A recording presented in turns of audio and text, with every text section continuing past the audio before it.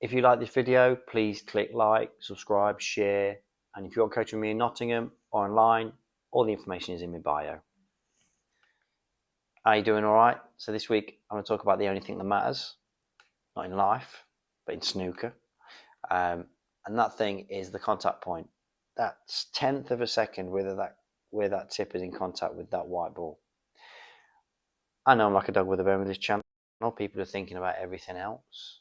What socks they wear, whether they wear the lucky pants, where their foot's pointing, where their arm is, the pause, and this, that, the other.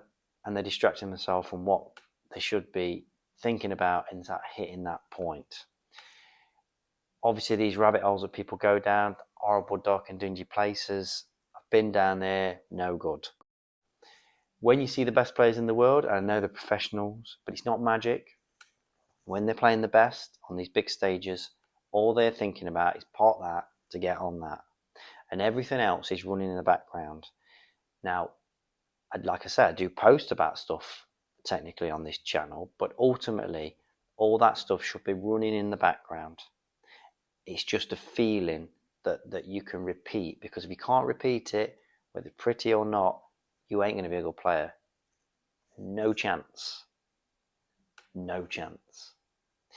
So obviously I get sort of questioned about this a bit on my channel, and I'm going to give you an example of a little video of how I cue straight, but how I use the right focus to help me cue straight.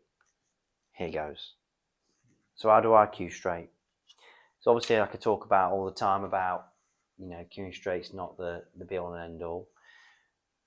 The be all and end all is hitting that point on the white, because it's the only thing that matters, obvs. But then people on my channel will say to me, well, it's all right for you saying all that, but you cue straight. So how do I cue straight? Obviously, like I said on my cue action video, you've got your cue on my chest, which helps you guide that cue on that line, or more accurately. But for me, this is how I do it.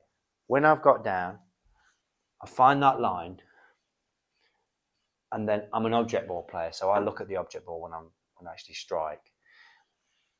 Instead of trying to cue straight, when I get behind the shot, pick my ball, pick the part, I try and drive my cue towards the point of the object ball.